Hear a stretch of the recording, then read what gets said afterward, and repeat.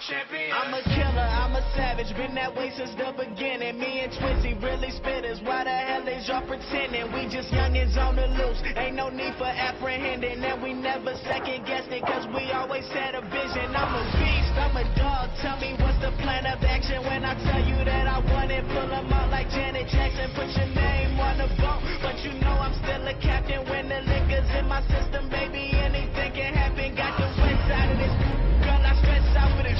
Got that cold blood in my veins like a reptile in this. Gotta make room for my team, don't get exiled in this.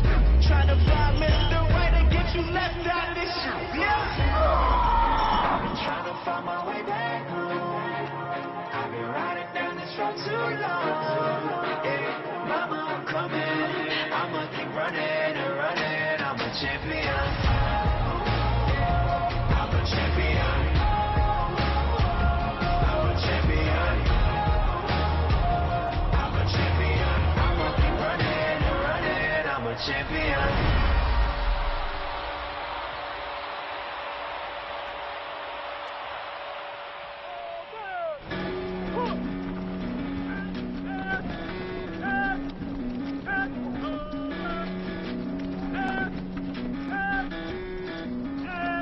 So he stabs, I step in the same way. Now my hand slides down, and where are we at? I've been teaching fighting techniques to government agencies for more than 15 years, including the US Marines, US Marshals, US SWAT teams, and US Navy SEALs. He's gonna stab me. I go here, and then I go here, and then I could go here or here. Nearly all the techniques I teach are banned in the sport of mixed martial arts. I can control the direction of the muzzle, you guys see that? These are some of the most effective and damaging moves you could use in a real-life situation, be it in self-defense, If I'm here, on the street, then I knee. or in war. Straight into the trachea. Now you're gonna knee, step back, and then rip. And the gun comes out. Good. This is life or death for these guys, and I'm honored to share this knowledge. Let's see your muscles, James. Let's see your muscles. Oh, yeah. Go on, do it again and again. That's right. That's it. Power. James, he was a very lively child, quite hard to control.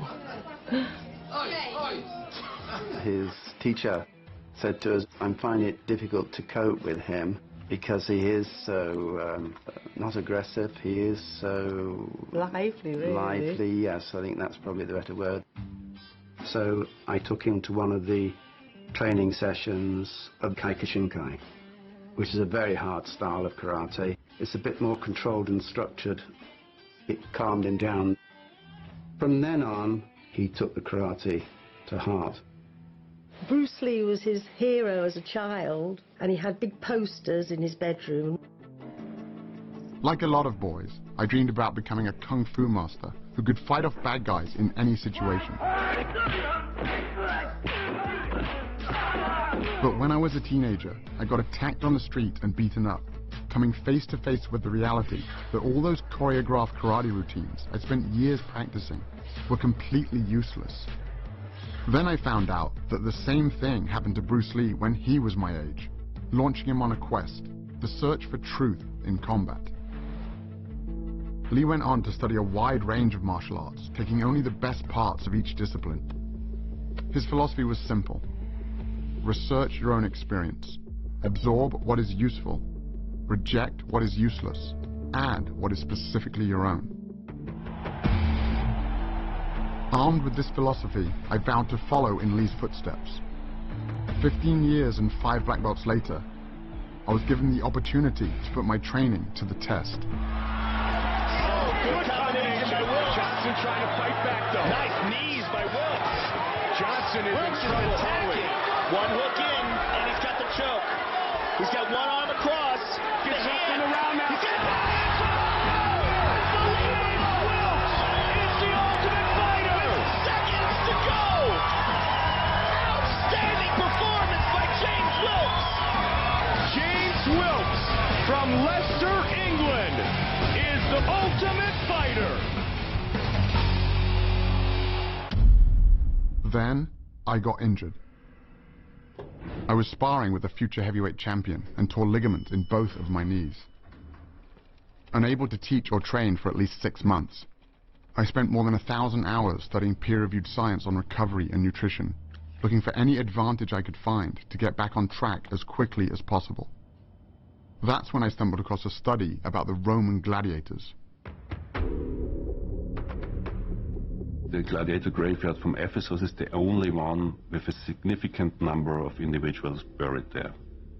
Archaeologists recovered the remains of at least 68 gladiators. There have been more than 5,000 bones analyzed for the study.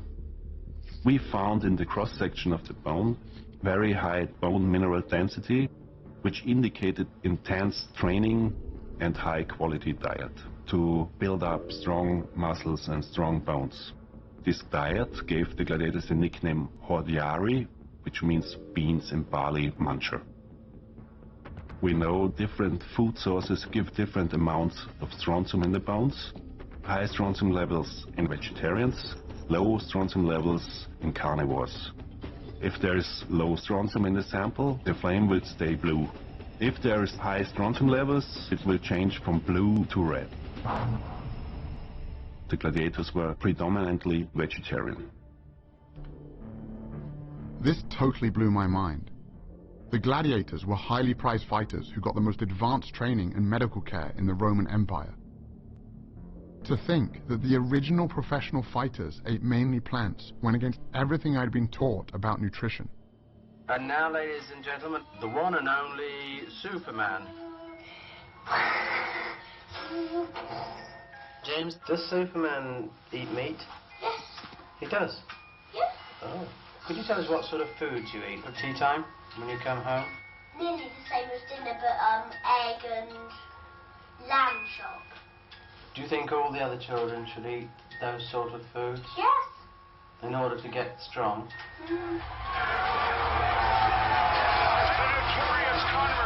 Even in the UFC, this idea that meat makes you tough had become a focal point for one of the most anticipated fights in the history of the sport, between Conor McGregor, the world champion in 2 different weight classes, and Nate Diaz, who accepted the fight with only 11 days' notice after McGregor's original opponent pulled out. McGregor was a big meat eater. There's steaks every day for me. Steaks for breakfast, steaks for lunch, steaks for brunch, grass-fed, massaged, beef, all day long. Diaz was on a plant-based diet. Eat your vegetables. And McGregor had a field day with it. This man, let's see, can he fight? I'm a lion in there. Your little gazelle friends are going to be staring through the cage, looking at your carcass getting eaten alive. McGregor was feeding off a stereotype that was pretty much universal. You hit like a vegetarian. I was curious to find out if there were any other elite athletes following a plant-based diet. The first I found was Scott Jurek, one of the greatest ultra-runners of all time. Scott built his career running extreme distances over brutal terrain, conquering the sport's most prestigious races, including the Badwater Ultramarathon, 135 miles through California's Death Valley, with temperatures reaching 130 degrees. I was training for the Western States 100-mile race, which is like the Super Bowl of ultramarathon racing. And that's when I was transitioning to a plant-based diet. I remember doubting myself, even up to a week before the race, like maybe I should have eaten meat. But I led that race from start to finish and won it for 7 years in a row. And there was no question that the plant-based diet was fueling my victories. When I met Scott, he was gearing up for the greatest challenge of his career. Invite me over. When I'm moving, I'm definitely going to be eating. Having already mastered single-day endurance events, Scott was now trying to become the fastest person ever to run the entire Appalachian Trail, a distance of 2,200 miles. My goal is to break the record. 46 days, 11 hours. Let's go to Maine. 2 marathons a day over technical terrain. Average of 11,000 feet of climbing and 11,000 feet of descent every day, back to back to back to back. It's completely beyond anything I've done before. As Scott hit the trail, I was confused about how his meat-free diet could possibly give him enough energy. So I reached out to Dr. James Loomis, a team physician who was part of 2 championships, a World Series and a Super Bowl. What I found in the locker room was some pretty outdated ideas about nutrition. You would go to a pre-game dinner with the football team and you would see this spread. There would be steak and chicken, very much protein-oriented, because their perception was that the protein is what sustains their energy. But in fact, that's not the case. The actual energy for exercise comes mainly from carbohydrates in the form of glycogen that we store in our muscles. And when we sacrifice those carbohydrate calories for protein calories in our diet, what ends up happening is you will develop really chronic carbohydrate or glycogen depletion. And what does that lead to? Well, it leads to chronic fatigue and loss of stamina. I wanted to know how this whole meat gives you energy thing got started, and traced it back to the 1800s when a famous German chemist hypothesized that muscular energy came from animal protein, and that vegetarians were incapable of prolonged exercise. Liebig's beliefs were so widely accepted that they even inspired the USDA's first protein recommendations. By the time science proved his theory false with the discovery that hard-working muscles run primarily on the carbohydrates found in plants, it was too late. People all around the world had already bought into Liebig's ideas about meat and energy. But not everyone was convinced. As early as 1908, plant-based athletes were starting to claim their first Olympic gold. Are you still sticking to your vegetarian diet, Mary? Very rigidly, yes. And do you find that's a benefit to you, do you? Greatly, or I wouldn't do it. Winning the gold medal. Lewis gets it, and it's a new world record as well. I changed my diet to a vegan diet, and I set all of my personal bests at 30 years old. The oldest man ever to win a world or Olympic men's. And there were current Olympians too. Morgan Mitchell is the two-time Australian 400-meter champion. Here comes Morgan Mitchell. Champion, this is very, very fast. It's tough, the 400, I won't lie. The first 200 is pure speed, and then the last 200, it shows who's got that speed endurance training in their legs. And obviously the last 50, you've just got to pray because lactic is hitting hard. You need to be able to hold that endurance. She also represented Australia at the 2016 Summer Olympics. A lot of people had doubted me when I first became vegan, but my energy levels increased incredibly. And my iron, my B12, everything that people said would become deficient were amazing. I thought, I'm going to make sure I'm beating them all on the track. I mean, we're all friends, but it was pretty cool to finish my Australian domestic season undefeated. And to win the Nationals was obviously that little cherry on top. Morgan Mitchell, she's tearing away from the field. There was also Dotsie Bausch, an 8-time USA national cycling champion and 2-time Pan American gold medalist. My event in track cycling requires a massive amount of explosive power. Let's go, ladies. Go, go, go. First of all, we have to get off the line, and we're starting from a dead start with one gear. We have to be able to move that mass, that weight, off the line and get it up to speed within 3/4 of the length of the track. My training regimen involved 6 days a week, climbing mountains up and down for at least 4 and 5 hours a day, hard track sessions, and then big gym sessions. I grew up in Kentucky, so that's the land of casseroles and barbecue and meat. So when I transitioned over to an entirely plant-based diet, I wasn't sure if I was going to survive. And I actually became like a machine. I got up from being able to move about 300 pounds on the inverted leg sled to moving 585 pounds, 60 reps, times 5 sets. To move that kind of weight, you need more than just energy. You also need strength. In other words, protein. I just couldn't believe that Dotsie, or anyone for that matter, could get enough protein eating only plants. I think one of the biggest misconceptions in sports nutrition is that we have to have animal protein, and in particular meat, to get big and strong and perform at a high level. That's just clearly not true. All that protein that you get when you eat a steak or a hamburger, where did it come from? It came from the plants that the cow ate. I was surprised to learn that all protein originates in plants. Cows, pigs, and chickens, it turns out, are just the middlemen. In fact, the largest study to compare the nutrient intake of meat eaters with plant eaters showed that the average plant eater not only gets enough protein, but 70% more than they need. Even meat eaters like me get roughly half of their protein from plants. But athletes need more protein than most people do. So So I crunched the numbers from the study and realized that based on the amount of calories I was eating, I'd still be getting more than enough protein to build and maintain muscle. For example, 1 cup of cooked lentils or a peanut butter sandwich has about as much protein as 3 ounces of beef or 3 large eggs. But what about the quality of the protein? I'd always heard that plant-based protein was inferior. Proteins are strings of amino acids, and there's some amino acids our bodies can't make. Those are the essential amino acids. So we have to get them from food. And one of the arguments about animal-based proteins being superior is that plant-based proteins aren't complete, so you're not going to get all the amino acids, and that's a fallacy as well. Again, I was surprised to discover that every single plant contains all the essential amino acids in varying proportions. And when it comes to gaining strength and muscle mass, research comparing plant and animal protein has shown that as long as the proper amount of amino acids are consumed, the source is irrelevant. This all sounded great in theory, but all the athletes I'd met so far were pretty lean. If getting lots of protein without animal foods really wasn't an issue, where were all the big guys?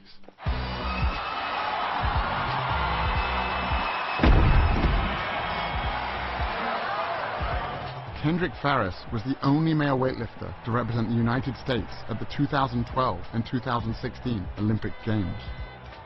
Olympic-style weightlifting is going from the ground to overhead in 1 or 2 explosive movements, the most explosive movements that can be done.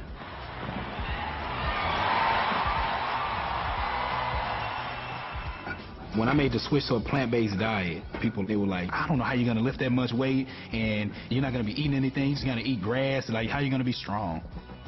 I qualified for my 3rd Olympic team, you know what I'm saying? I broke 2 American records.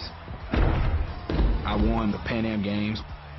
I was like, man, like, I think I should have done this a long while ago. Like, why didn't I research this before? And Kendrick wasn't alone.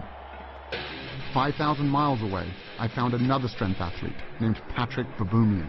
Low budget!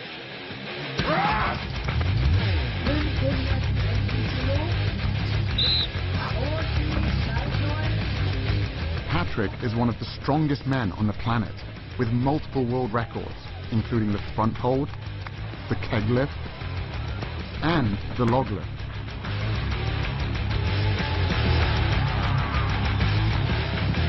How could one of the world's strongest men be so powerful, eating only plants? No meat, no milk, no eggs.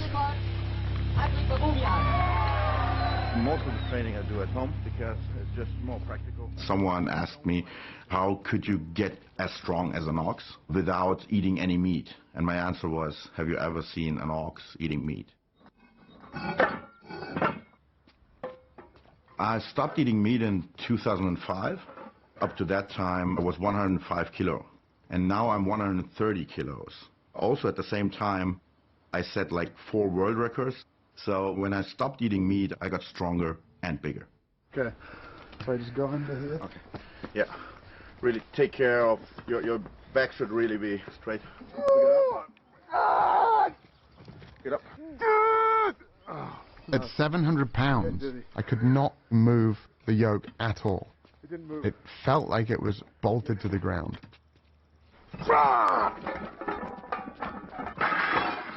And that was just his warm-up weight. It's hard to fathom how strong Patrick really is. It's almost superhuman.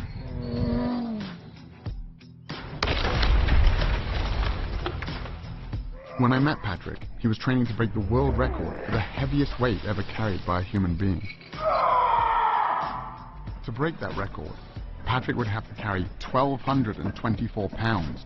That's the weight of a horse, a distance of 33 feet.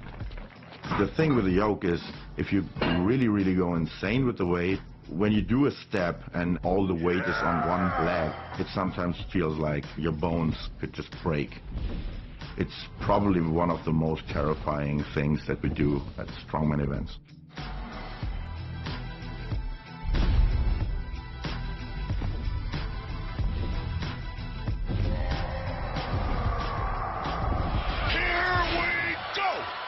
When Nate Diaz stepped into the cage to face Conor McGregor, the Vegas oddsmakers had Diaz as the 4-to-1 underdog.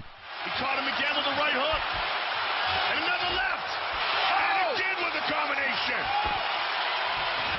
trying to finish with a submission. He got it! That's it! He's got the chance! He's got it! He's done it! Nate Diaz beats Conor McGregor! Oh my goodness!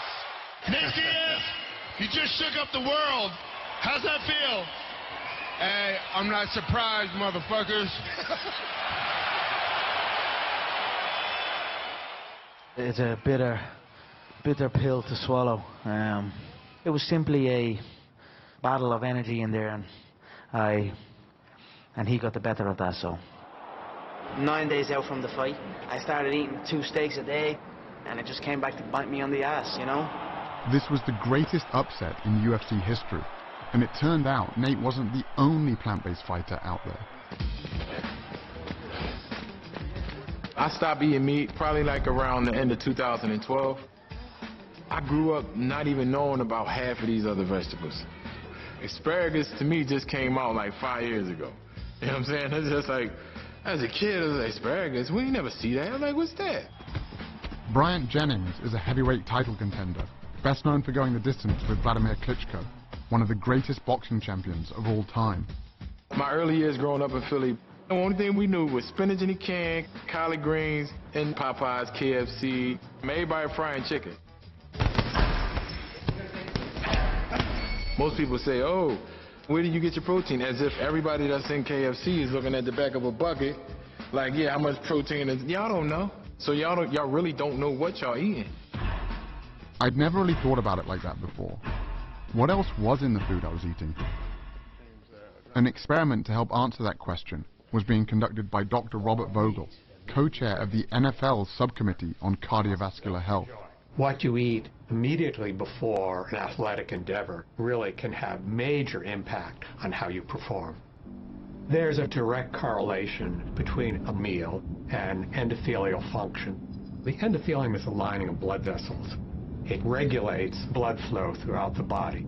It knows that a particular muscle group or organ needs more blood flow, and it dilates, it opens up. When the endothelium is impaired, it cannot open up. It cannot allow blood flow to increase as much, and therefore impairs athletic performance. The test subjects were 3 football players from the Miami Dolphins, defensive back Michael Thomas, and wide receivers Griff Whalen and Kenny Stills. For the touchdown, Kenny Stills! Today we're going to be feeding them 3 burrito breakfasts with a lot of protein. 2 of them have sources of animal-based protein and fat. One is from beef, one is from chicken. Third is a plant-based burrito which has beans in it, so the protein and the fat came from a plant-based source. Tomorrow we're going to feed them all bean burritos.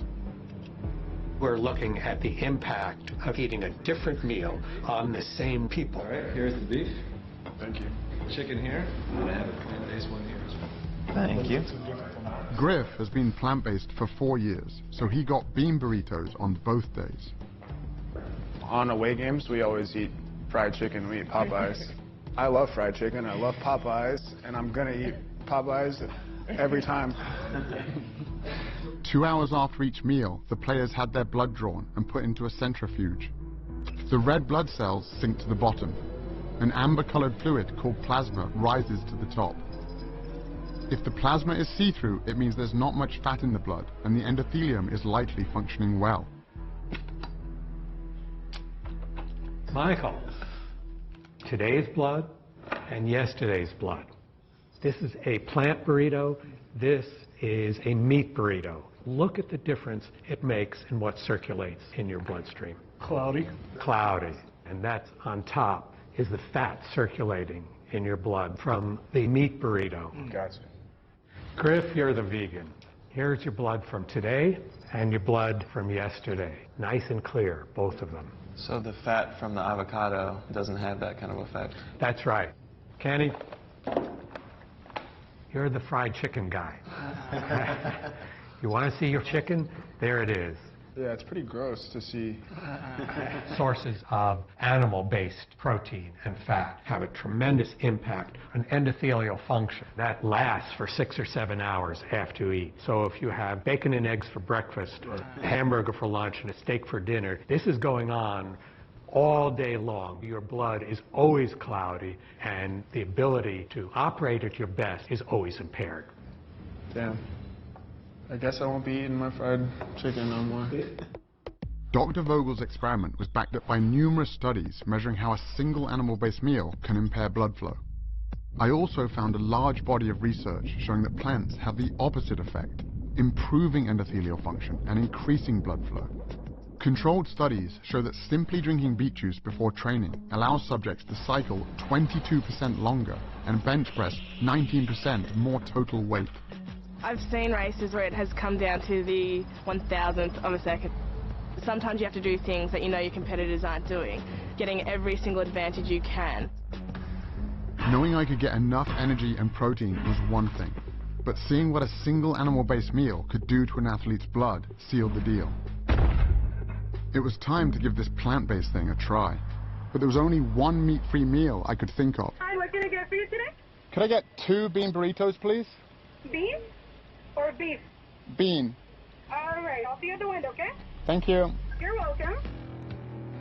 When I went plant-based, I thought that it would be a longer transition, but I just immediately started feeling like I could go kick ass and not need the recovery in between. It was mind-blowing to my teammates. They were tired of me saying, like, let's go again and again.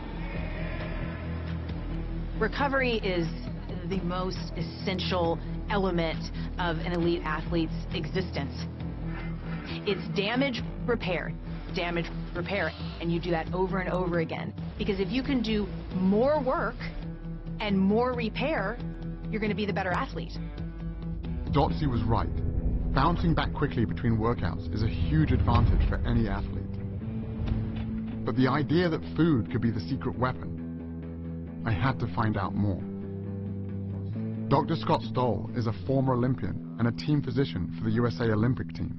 I work with professional athletes that are very interested in protein. Protein's important, but which package is your protein coming in is the better question to answer. The plant-based protein versus the animal protein, which package is going to help the body overcome inflammation and help the body to recover? In animal products, you're getting protein packaged with inflammatory molecules like nu-5GC, endotoxins, and heme iron. When we consume animal products, it also changes the microbiome, the bacteria that live in our gut. And the bacterial species that have been shown to promote inflammation overgrow and begin to produce inflammatory mediators like TMAO. The study that showed that a single hamburger impairs blood flow also showed that it can increase measures of inflammation by 70%.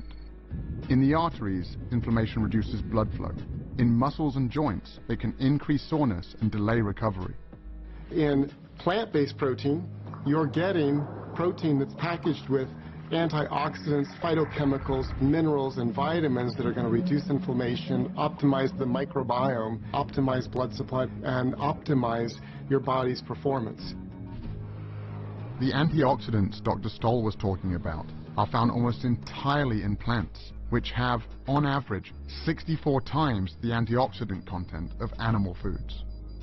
Even iceberg lettuce has more antioxidants than salmon or eggs. As a result, switching to a plant-based diet can help reduce measures of inflammation by 29% in just 3 weeks. I was about ready to retire, as I should have been, because I'm like 35 at that time. But I just kept getting better, and so they had to take me to the Olympics. We were complete underdogs as Team USA. In our semifinal ride against Australia, we were down by 1.7 seconds. No one's ever come back in team pursuit from a deficit that large. And we beat them on the line by 8/100ths of a second.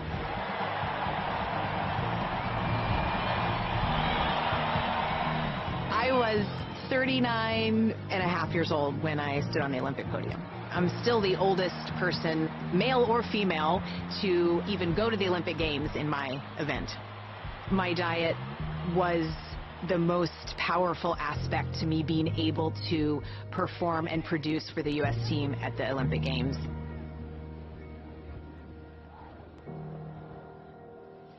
All of these athletes and their stories were impressive, but my goal from the beginning was to recover from actual injuries, like the damage I'd done to my knees. And he's down at the line of scrimmage in the arms of Derek Morgan. Derek Morgan had been on a similar journey. In the NFL, the injury rate is 100%. It's a violent game. Hit hard and goes down there. And so how you respond to injury and how quickly you heal from injury is important, because if you're not on the field, you're not helping the team. I was reading the research and seeing that a plant-based diet could be beneficial specifically for recovery. And so I started incorporating it, and I started seeing really good results with it. I was recovering better. I wasn't getting as sore. I was a lot less swollen.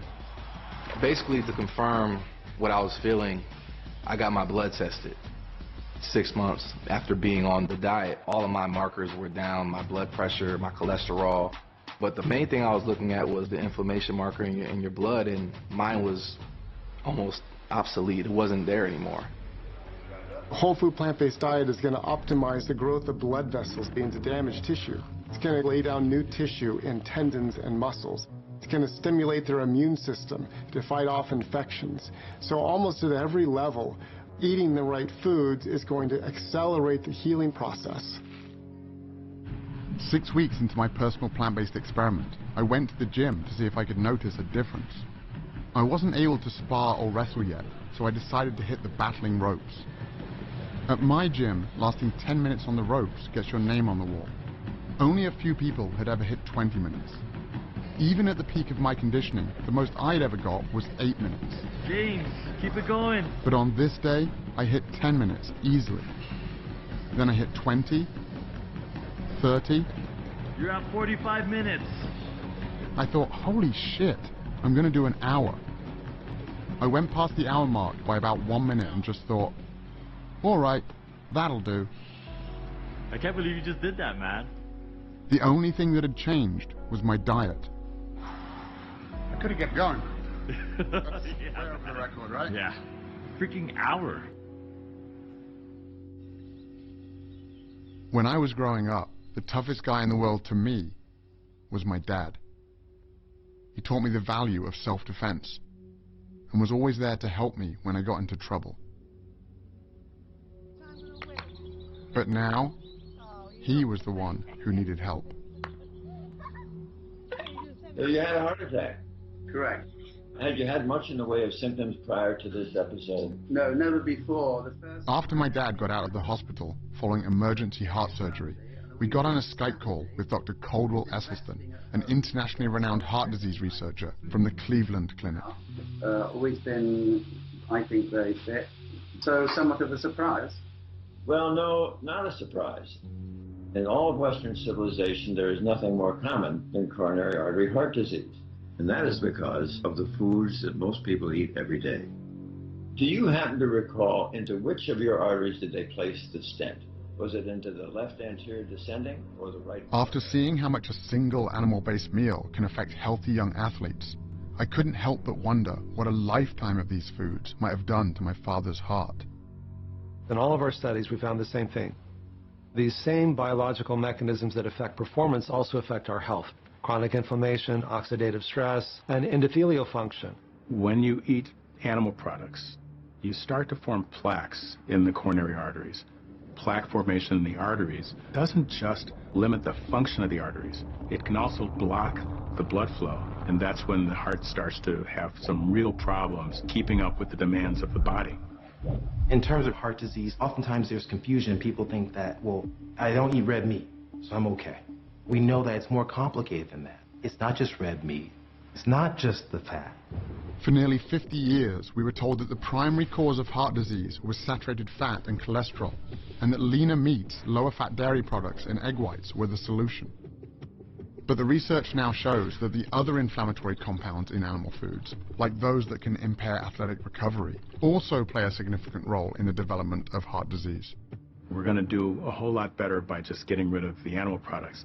And there are really good biochemical reasons for that. Heme iron is one of them, for example. Heme iron is from an animal source, right? So most commonly you think red meat, even though poultry have it, fish has it. They did a meta-analysis looking over 6 prospective dietary studies, over 130,000 patients. And they came to the conclusion that 1 milligram a day of heme iron is associated with a 27% increasing risk of coronary heart disease. To put that in perspective, an average hamburger patty has about 2 to 3 milligrams. And it isn't just the iron in animal foods that can cause problems. It's actually the animal protein itself. It's not just red meat, not just chicken, not just eggs, not just milk. It's the ingestion of any animal protein. At that moment in time, a process begins at a chemical level inside the body. When the protein found in animal foods is cooked, preserved, or even just digested by our gut bacteria, highly inflammatory compounds are formed that corrode our cardiovascular system. This helps explain why people who get all of their protein from plants reduce their risk of heart disease by 55%. It would also help explain why the only diet that has ever been shown to actually reverse heart disease is a plant-based one. What we found is that in the first month, there was improvement in blood flow, and the heart began to pump blood more normally.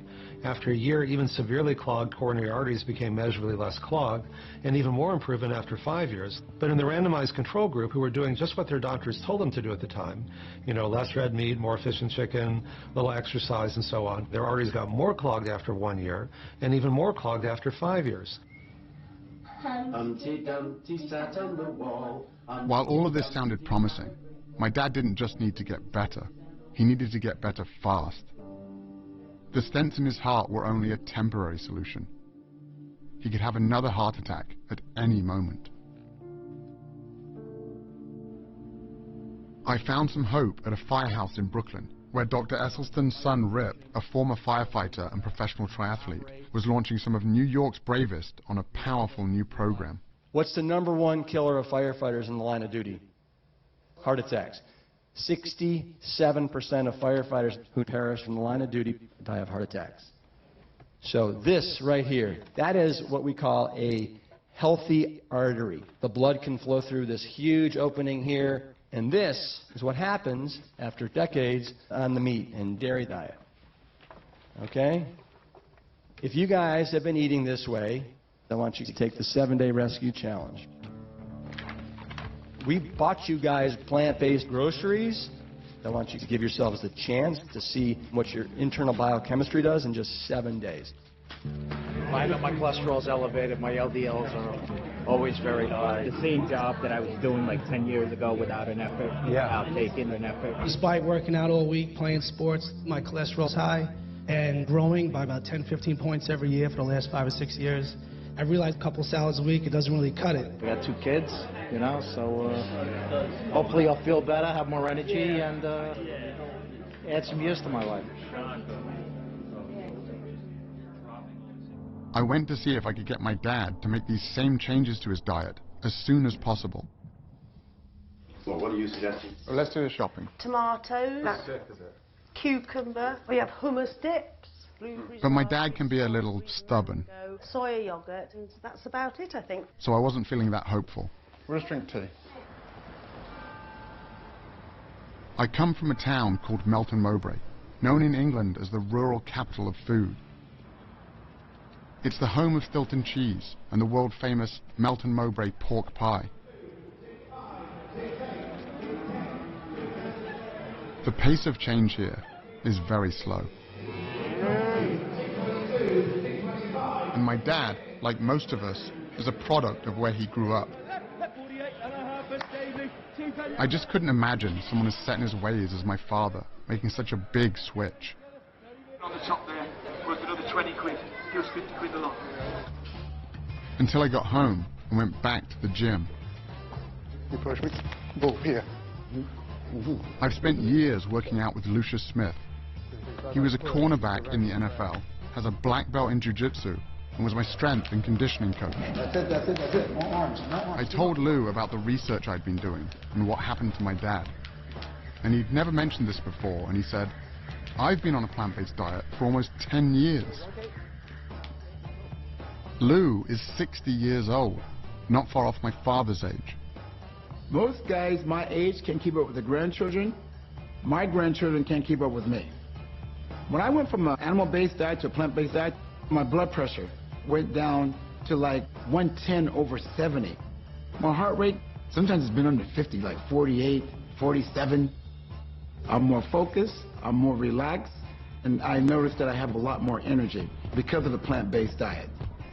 Come on, man, come on. People in their 20s, they come in here. We do a workout. I sustain the workout a lot easier than they do. We can come in here and do 800. Listen to what I just said. 800 kettlebell swings and snatches in one workout. They can't make it. I'm not kidding you. They can't hang, man, I'm telling you. They can't hang. There was another guy my dad's age who had also made a big change. I ate a lot of meat. I ate my 10, 15 eggs a day. And, I had my 250 grams of protein a day because I weighed 250 pounds. One and only Arnold Schwarzenegger. But as I got older and as I started reading up on it, I recognized the fact that you really don't have to get your protein from meat or from animals, as far as that goes. So we start going more in a direction of the vegetarian kind of a diet. Now we're doing it the right way, with the right spices. All of a sudden, I love it much more than the meat. And, the cholesterol went down to around 109. It was the lowest that it ever was in my entire life, at almost 69. What we eat has a major impact on our health and our well-being in every way we can measure. People who eat a diet that's high in animal protein have a 75% increased risk of premature death from all causes and a 400% to 500% increased risk of death from most forms of cancer, prostate, breast, colon cancer, as well as type 2 diabetes. The amino acids that come from animal sources tend to make our cells rev up and multiply faster. For example, there is accumulating evidence that high consumption of proteins from dairy sources is related to a higher risk of prostate cancer. That chain of cancer causation actually seems pretty clear. Cancer has been linked to other animal foods as well. Research funded by the National Cancer Institute found that vegetarians who add 1 or more servings per week of white meat like chicken or fish more than triple their risk of colon cancer. So it's not one set of dietary guidelines for improving your performance as an athlete, another one for reversing heart disease, a different one for reversing diabetes, a different one for reversing prostate cancer. It's the same for all of them. As groundbreaking as all of this nutritional science was, I also found it really confusing. How could meat be so bad for us if that's what our ancestors were supposedly built to eat? When we think about the diet of early humans, we're often drawn to thinking about meat, but plant foods were more important than the archaeological record gives credit for. The food that could be relied on wherever you were was the plant food. The popular perception of what early humans ate dates back to the 1930s and 1940s, when there was some amazing finds of early human ancestors, animal bones and tools that very much looked like they may have been used to butcher and maim those animals. So very early on, we had this notion that meat had a disproportionately larger role in the diet of early human ancestors than it actually did. The bias in the archaeological record towards stone and bone preservation over things like plants has led to a very skewed view. If we look at deep time, bones and stone tools preserve very well, but plants decay very rapidly. What's exciting, though, is in the last decade, we've started to realize microscopic fossils of plants do preserve quite well. And so we're revisiting some of these earlier Paleolithic sites and finding abundant evidence of plants. Advanced technologies, like those used to analyze the gladiator bones, have allowed scientists to take a closer look at the tools, bones, and teeth of our ancestors, leading to the discovery that early humans ate mostly plants. And the reason for this is actually quite simple. Humans do not have any specialized genetic, anatomical, or physiological adaptations to meat consumption. By contrast, we have many adaptations to plant consumption. We have longer digestive tracts than do carnivores, and this allows humans to digest plants and fibers that require longer processing time. We also lack the ability to produce our own vitamin C. Vitamin C is found in plants, so the fact that we cannot make our own indicates just how reliant upon plants we actually are. This is why we have trichromatic vision. This is very different from carnivores, which have dichromatic vision. We can see more colors, and this is very important, especially if you need to find fresh, ripe fruit. We have a brain that just is desperate for glucose. It's such a fussy organ. That's the only thing it really takes in for energy. Well, meat's not a very good source of glucose. To have a big brain like this, you need to eat something different. And the most efficient way to get glucose is to eat carbohydrates. But what about our teeth? Aren't they proof that we're built to eat meat? In primates, you might think canine teeth are associated with a diet of meat, but they're not. In gorillas, when males want to intimidate other males, they will show the length of their formidable canines. On the other hand, carnivores have distinctive teeth, and they're shaped like scissor blades. They simply shred the meat off and they swallow. Compare that to the teeth of a human being, square and low cusp for crushing and grinding tough plant tissues. Right there in your own mouth is the best evidence we have for a diet that could not have been meat. If you just got placed in some ancestral environment, the best thing you could be equipped with is not a very sharp spear. The most important thing you could be equipped with is knowledge of which plants you can eat.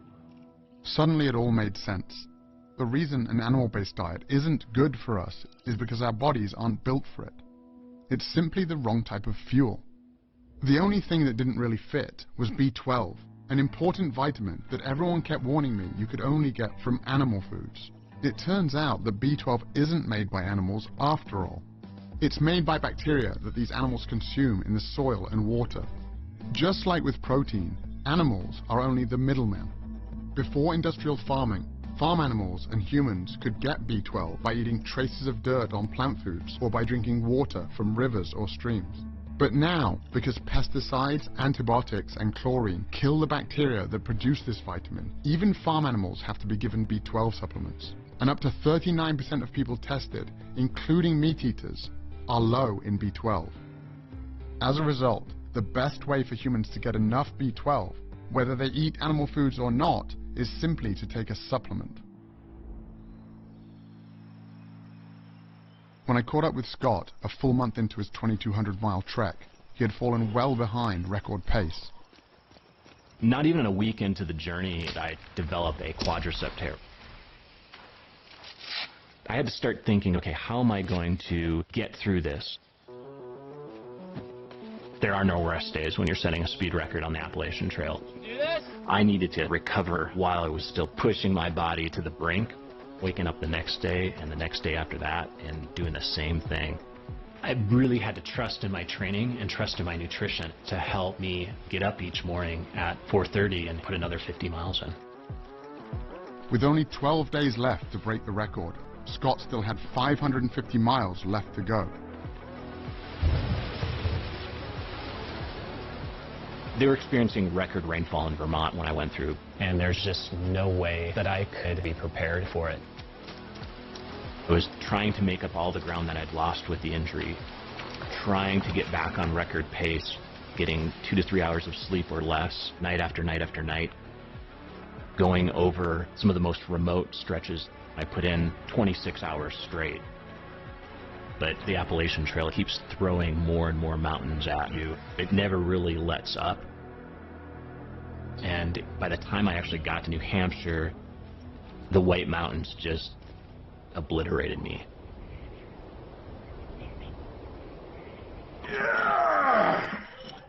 With less than 2 weeks remaining, Patrick continued training for his world record attempt to carry more weight than anyone in history.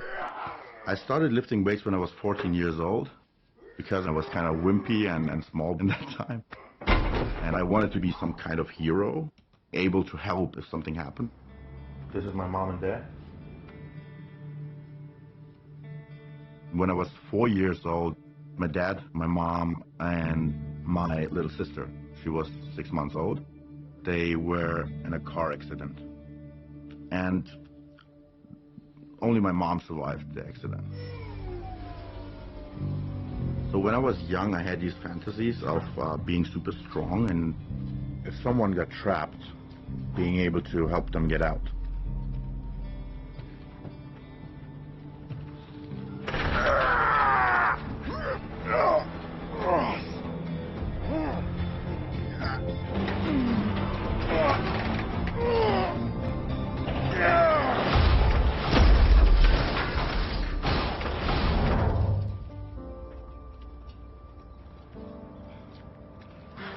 For any guy watching that day, it wasn't just a car Patrick had crushed. It was a myth they'd been fed their entire lives. Steak. That's what a man eats. Made from stuff guys need. Eat like a man. There's no one that can relate to that better than I do, because I've lived in that world. Steak is for man. Go me! They showed us commercials, burgers, George Foreman with the grill. Yeah. And then big sandwiches and all that stuff. Eat like a man and be full like a man. This is great marketing by the meat industry. Serious man food. Selling that idea that real men eat meat. You look like more of a man with a quarter-pounder in your hand. But you got to understand, that's marketing. That's not based on reality.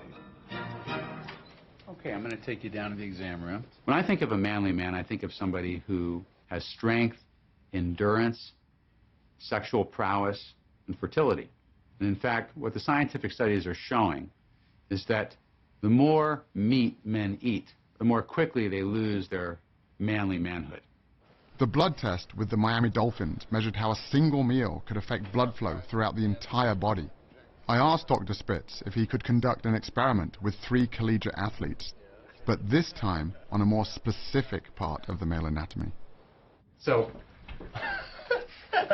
here's a model of a penis. Dr. Spitz is the lead delegate of urology for the American Medical Association. When it comes to the penis, he literally wrote the book. Now, you're going to be putting this device on yourself. One ring goes on the base of the penis, and the other ring goes on at the tip of the penis, just behind the head of the penis. It knows how tight to squeeze to know when an erection is starting, because when it squeezes, it'll determine, oh, it's now of a larger circumference, something's happening. What we're going to look at is what effect the meal you have has on your erections that night. And you're going to be eating 2 different kinds of meals. For this study, on the first night, we gave the guys burritos that had meat, beef, chicken, pork, but really high-quality meats, grass-fed, organic. On the second night, we gave them very similar burritos, but we swapped out the animal portions for plant-based protein. This is really good. I thought this was going to be nasty, I'm not going to lie. I didn't think we were going to eat a burrito, I thought we were going to get a salad. This study is going to take advantage of a natural function that occurs in men when they sleep. Men's bodies create erections, and this occurs throughout the night while the subject is asleep. And once an erection happens, this device can sense it, and a printout is generated of how firm the erection was, how long it lasted, and how many of them there were, to see if we can see a physical effect on erections as a result of what they just ate for dinner. This is where we take a look at the results. So Mason, I'm going to give you your results first. Let you take those out. Okay. The bigger the circumference, the harder the erection. And so you'll notice that that first circle, which is the meat meal, is not as big a circle, it's not as hard an erection as that second circle, the vegan meal. Now let's look at the second sheet. The second sheet is a accumulation of how many erections and for how long you had over the course of the night. So that first stubby graph is really, it's not the size of your penis. It's not the size of your penis. It's how many minutes throughout the night you had erections. Wow. Blake, let's take a look at your results. Oh, no. Okay? Hold composure. And look, again, like Mason, you were more erect after the plant-based diet than the meat-based diet. Okay, how about how often you had erections? Wow. That's almost a 500% difference. Dang, man. That's crazy. Blake, you ready for yours? All right, here you go. You had about a 13% change in the hardness of your erections. Okay, let's look at how many or how long you had erections for. Bro. Show it, dang it. Yeah, don't hold out. Oh. Bro, that's an hour, bro. So you guys all had a very similar response to the meat meal versus the plant meal.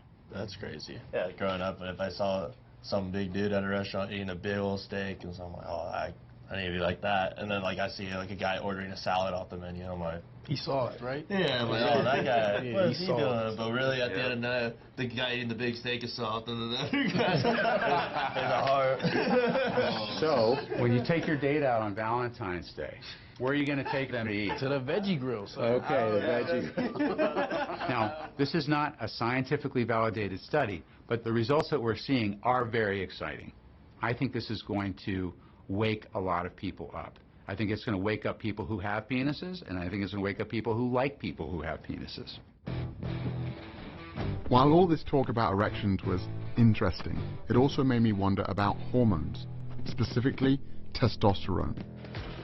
I've never eaten a piece of meat in my entire life, and I've never had an issue with testosterone. I've gotten blood tests, and all my levels are right where they need to be, and clearly I don't have any trouble building muscle. Studies comparing men who eat animal foods with men who don't have consistently demonstrated no difference in testosterone levels. I found this hard to believe, since plant-based diets often include soy products, which I'd always been told were loaded with estrogen. I post a lot of my food, and if it includes any type of soy products, out of 100 comments, you've got 20 to 30 of them saying, hey, well, I heard that soy raises estrogen levels. Well, that's not the case. Soy, it turns out, contains phytoestrogens, compounds that look like estrogens but can actually have the opposite effect, blocking some of our body's estrogen receptors and preventing real dietary sources of estrogen from taking hold. The foods that contain real estrogens are animal foods, like chicken, eggs, and dairy, which can have a significant impact on our hormone levels. Simply drinking cow's milk can increase a man's estrogen levels by 26% in just 1 hour, while dropping their testosterone levels by 18%.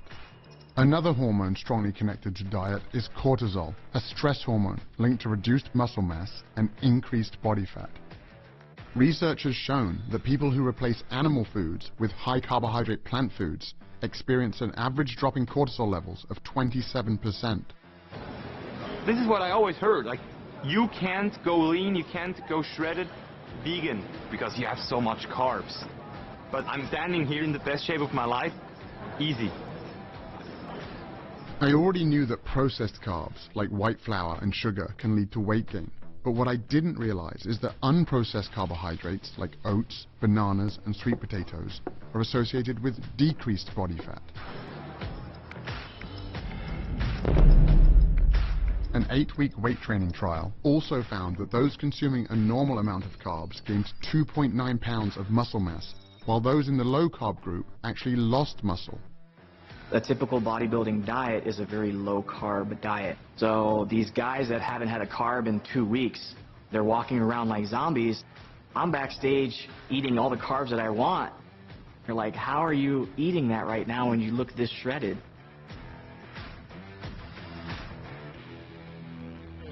Back in Nashville, Derek introduced me to his wife Charity, a professional chef who had helped inspire a big transformation. Nice to meet you. When I started cooking plant-based, whatever I made for dinner, I made a bunch of it and would send it over to the facility for Derek to eat for lunch because I knew he had no options other than a side salad. You've seen Derek. Do you think a side salad is going to fill him up? You know, I love to eat. In the beginning, I was like, I got to psych myself out to say I don't care about flavor anymore. It wasn't really a sacrifice. She was still cooking, you know, mac and cheese and chicken wings, just plant-based. It's taking that love that you have for food and just changing it over to better ingredients. And so I brought it into the cafeteria, and I had teammates coming up to me. Guys were taking jabs and cracking their jokes. At the end of the day, the reason why I was doing it was to become a better player, which inevitably is going to help the team. Players started looking over like, okay, that smells good. They were like, whatever you send Derek, send me. I was like, all right, good. It started with 5 guys, and now middle of season, 13 players. I never intended this to be a business at all. But the last 15 years, we haven't been to the playoffs. So I'm going to do anything that I could do to help this team. There she go. How you doing? How you doing? Hopefully you're hungry. Oh, definitely. Sundays are good. After the game, me and the guys are always looking forward to mealtime. How you doing? You come with an empty stomach? Yeah. It's a good time in this kitchen. These are plant-based burgers. Grill up, smell, taste like beef. And I'm making truffle mac and cheese, buffalo wings, kale, Caesar salad, crispy Brussels sprouts with a smoked sauce reduction. And we'll finish off with the peanut butter cheesecake. Oh, yeah. Oh, wow. Yeah. Thank you, Dad. So you guys were eating Charity's meal plan that she saw. And before, what was your perception? Well, I actually talked bad about y'all for like a couple weeks. Did you think you needed meat to be like strong as well? Right. That's exactly what I thought. I told him I feel like my whole childhood life was a lie.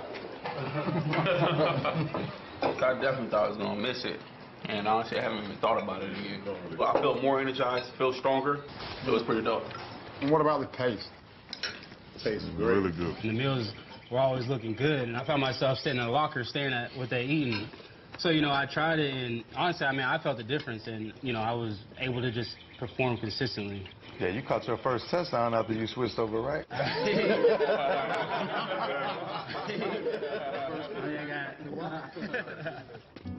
6 months into my new diet, my strength, endurance, and recovery were better than ever. My dad's health was on the mend.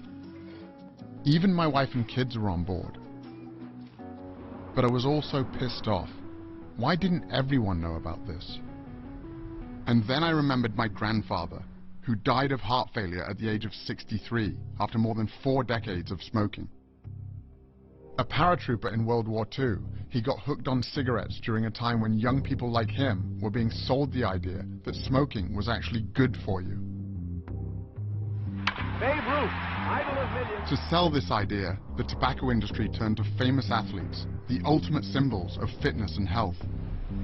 After a game, Carl Perillo of the Dodgers looks for a mild cigarette. A Camel, of course. But right around the time Babe Ruth died from throat cancer in his early 50s, the scientific evidence was starting to stack up, so a new marketing plan was required. According to this nationwide survey, more doctors smoke Camels than any other cigarette. For years, the tobacco industry said that their cigarettes did not cause cancer. And they trotted out their own paid researchers to come out with statements to confuse the issue. Despite their efforts, cigarette ads were eventually banned from sports broadcasting, just in time for another big industry to step up to the plate and start playing the same game. What's in the bag? Big Mac? Play it for it. With a new generation of athletes, including me. But it wasn't long before the evidence against animal foods started stacking up as well. Now that playbook is being used by the food industry. She's from the National Cattlemen's Beef Association. They're going to hire their so-called experts. I'm first of all a registered dietitian and nutrition scientist, and I'm a mom. To create just enough confusion. Are you saying with processed meat that it is not, in your view, carcinogenic? I don't say that it supports a sufficient relationship. And they make it seem as though there's doubt about what we're talking about. This is not a link, a causal link between red and processed meat and any type of cancer. But would you recommend reducing meat intake? No, not at all. How on earth is the viewer supposed to make sense of all of this? With overwhelming scientific evidence connecting animal foods to many of the most common deadly diseases, I discovered that the meat, dairy, and egg industries have engaged in a covert response, funding studies that deny this evidence while burying their involvement in the fine print. One of the hired guns paid to conduct these studies is Exponent Incorporated, a company whose research was used by the tobacco industry to deny the connection between secondhand smoke and cancer. For more than 50 years, Exponent has generated studies that challenge the health risks of everything from asbestos, arsenic, and mercury to animal foods. The formula works beautifully for people selling food. It works beautifully for people selling drugs to treat the diseases that bad food causes. And it works beautifully for the media, which can give us a new story about diet every day. Here we go again. New guidelines are muddled and confusing, and not by accident. The eggs are in. So happy about the eggs. I know, I'm happy about the eggs. Eating bacon is okay. Absolutely. Okay, butter. Butter is back. But despite the appearance in our media of confusion, there is massive global consensus about the fundamentals of a health-promoting diet, and it's a diet that every time, no matter whether it's high in fat or low in fat, higher in carbs, lower in carbs, in every population, every kind of research, it's a plant food predominant diet. Every time. Just when I thought I'd uncovered every dark secret of the animal foods industry, I got invited to train a paramilitary group in Zimbabwe with a special mission. Okay, so just be very careful, guys. Stay on the rocks. Yeah. So these guys are now listed as critically endangered. There's only about 5,000 of them left on the planet. They're basically being hunted to extinction because of the value of their horn. Around $40,000 a pound.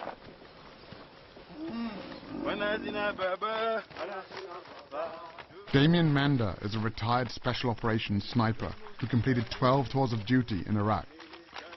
He's also the founder of the International Anti-Poaching Foundation. Poacher maybe have an axe or a knife, so trying to disarm them. Yeah. So, he's going to thrust with the knife. Yeah. We are the SEAL Team 6 of conservation. We're the guys that go in and stop the hemorrhaging. Okay. Yeah, I'll stick to my AK-47. You stick to that. I lived every young boy's dream. Jumping out of choppers, blowing shit up, stuff that most kids can only dream of doing on a PlayStation. I came to Africa because I was looking for the next 6-month adventure. I saw a bull elephant that had had its face cut off. Tusks that had been taken, the whole elephant sitting there dead because some guy wants to have a tusk on his desk. What sort of ambush is this called? Linear ambush. I had money and I had skills that could help these rangers. Using the minimum amount of force required to get the job done. And I made the choice to dedicate my life to helping these guys protect these animals.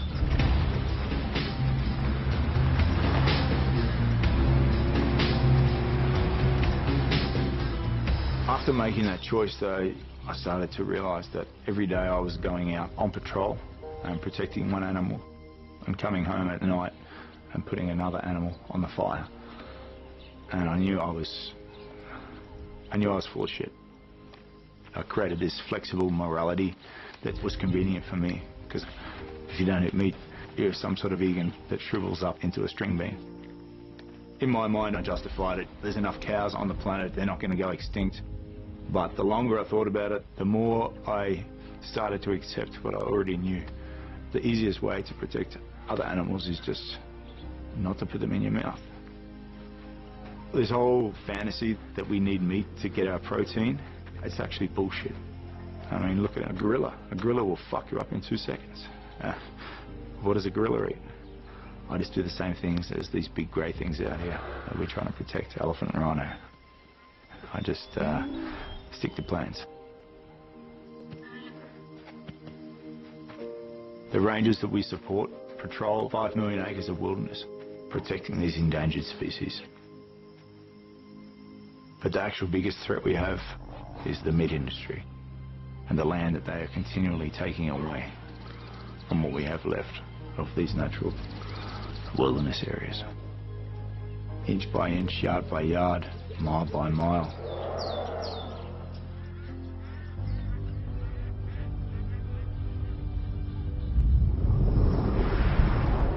About 3/4 of all the agricultural land in the world is used for livestock production, and it imposes a huge cost on biodiversity. And what is the single biggest source of habitat destruction? It's the livestock sector. Meat, dairy, egg, and fish farming use 83% of the world's farmland, yet provide only 18% of the world's calories. The reason livestock require so much land is because, once again, animals are just the middlemen, consuming, on average, 6 times more protein than they produce. With more than 70 billion animals consumed globally each year, growing animal feed requires vast amounts of land, making it one of the leading drivers of deforestation. It also requires huge amounts of water. Meat plays a disproportionately large role in causing this overuse of fresh water. 25% of the rivers in the world no longer reach the ocean because we're taking out so much water to produce animal feed. Water has been fed into the grain that's been fed to the cattle. The cattle's being made into beef. One hamburger is 2,400 litres of embedded water. That's a heck of a lot of water. All told, more than 1/4 of humanity's fresh water consumption goes to produce animal foods. And it's not just water depletion that's an issue, it's also water pollution. In the United States, for example, farm animals produce nearly 50 times more waste per year than its entire human population, polluting rivers, lakes, and groundwater all across the country. The livestock sector is responsible for 15% of global man-made emissions. So to put that in perspective, that's about the same as all the emissions from all the forms of transport in the world, all the planes, trains, cars, vans and ships, all added up. Agriculture is not only the biggest culprit threatening the future for humanity on Earth, it is also the biggest and most important silver bullet to a solution. In the US, where meat consumption is 3 times the global average, shifting away from an animal-based diet would reduce agricultural emissions by up to 73% and save 1 million litres of water per person per year. Globally, this shift would free up a total area of land the size of Africa, taking pressure off many of the world's most endangered ecosystems and species. The message is overwhelming, both for public health and environmental reasons. The more plants you can eat and the less meat and dairy you can consume, the better. After learning how much is at stake if we don't change the way we eat, I went back to Brooklyn to find some hope.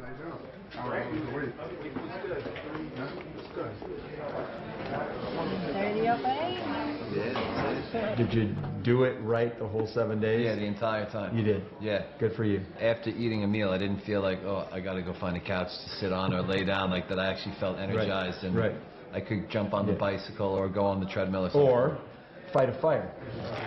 11 pounds? Yeah. Your cholesterol was 262. Right. All right?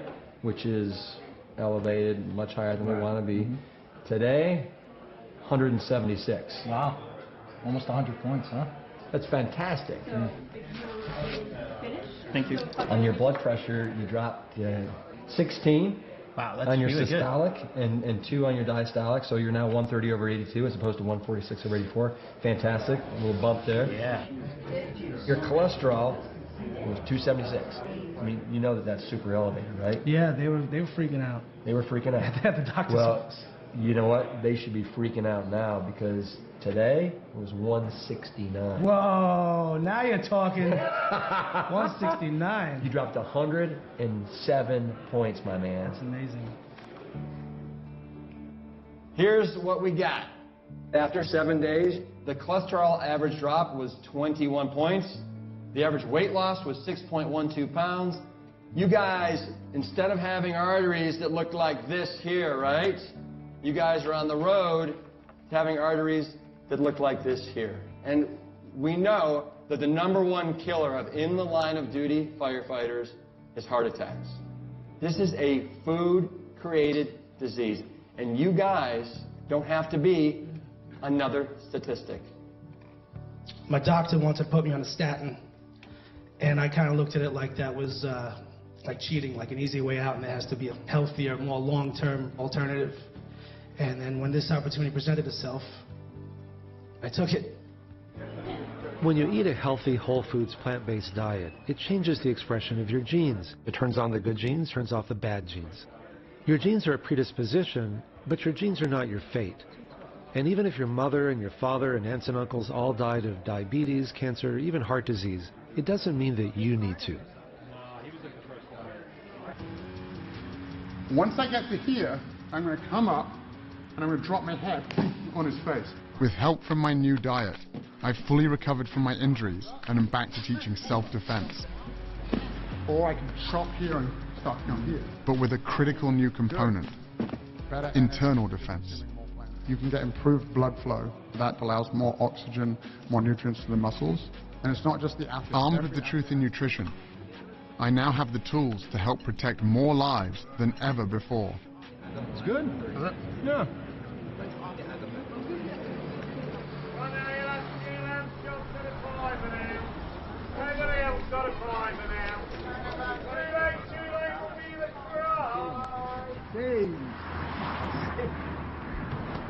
How are you feeling now? Very good.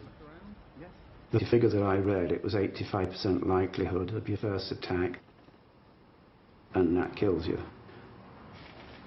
That's a high percentage, which makes me feel very blessed. Happy birthday, dear Pops. Happy birthday to you. Thank you. We've gone down the vegan route, and we now have soya milk. Marsha makes sure I have my vegetables. Insists on it now.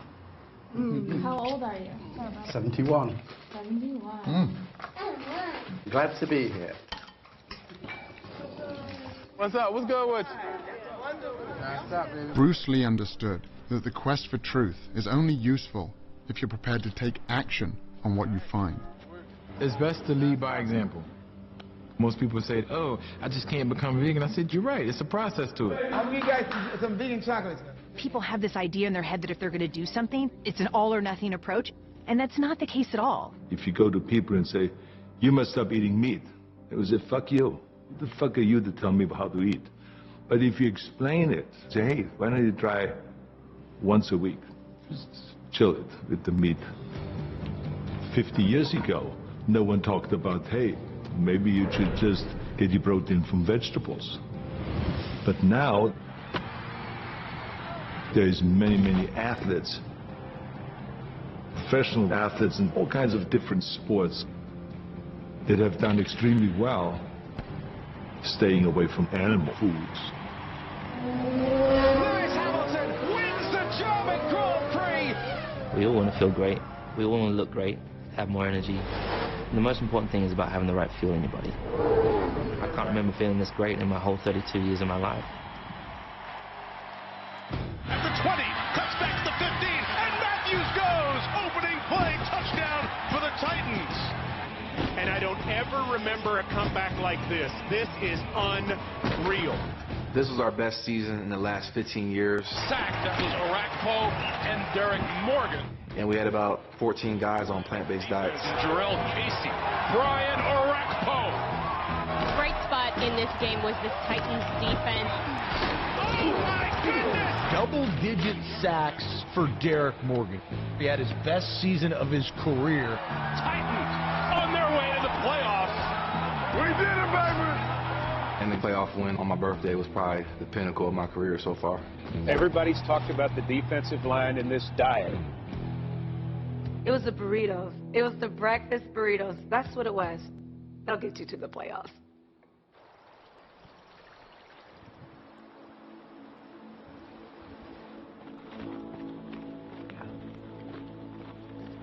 By the time Scott reached Mount Katahdin, word of his perseverance was bringing people out in droves.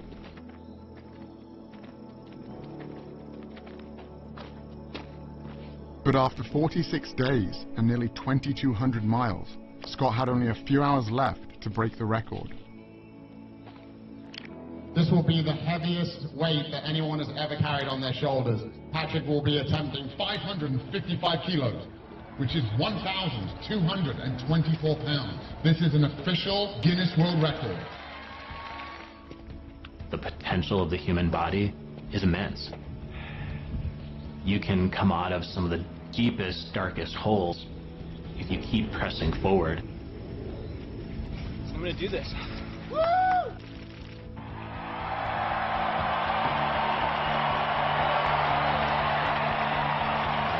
Here we go!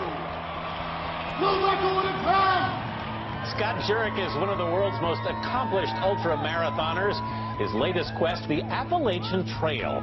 It takes most hikers 5 to 7 months. Jurek did it in 46 days, 8 hours, and 7 minutes. 3 hours faster than the previous record.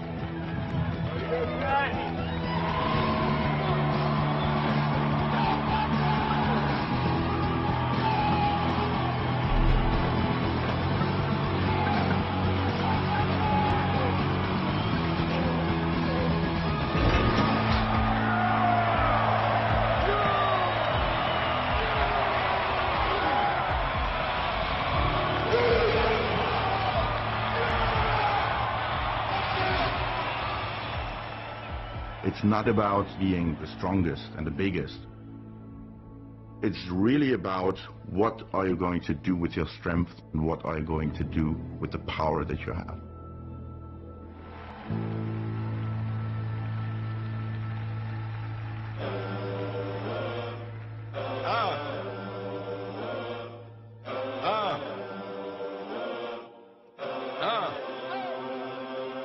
I'm in it just to rewrite history, cause I'm in the mood to label us the leaders of the new school. This ain't for the radio, can't find this on YouTube. This the type of killing that these critics ain't used to. Victorious. I basically start my day with a big smoothie. Some greens in it, like kale or spinach, some pea protein. Pancakes really at the top, because I like breakfast food anytime. Like, it's no wrong time to have that. I love my toast with peanut butter. Lunch, I would make a veggie burger. Avocado's a really big one for me. I'm addicted. A big salad with veggies, quinoa, rice. I call it the trough bowl. And then at dinner, anything from Japanese to Mexican. I love Indian food and also with Thai curry. Really, I like pizza. If I'm about to just chow down, like really get it, man, a lasagna. If you like chicken nuggets, okay, they have vegan nuggets. If you like meatballs, they got vegan meatballs. A lot of pizza, pasta, and burgers, sometimes even at the same time.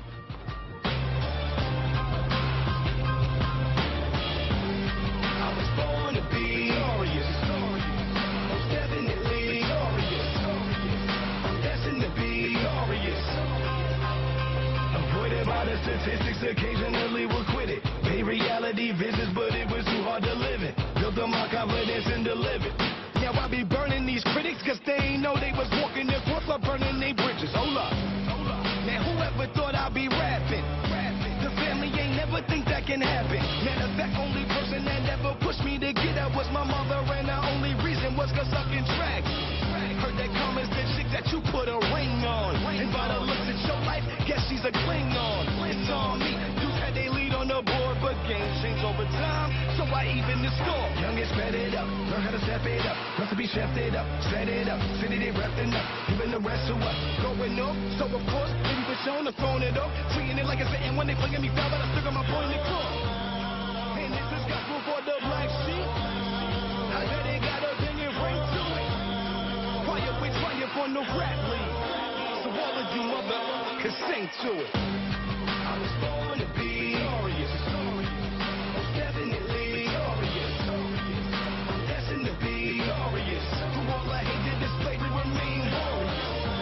I was born to be glorious. Most definitely glorious. I'm destined to be glorious. Through all I hate to display, we remain glorious. Try to overlook a rival. All eyes on me 'cause I got no competition.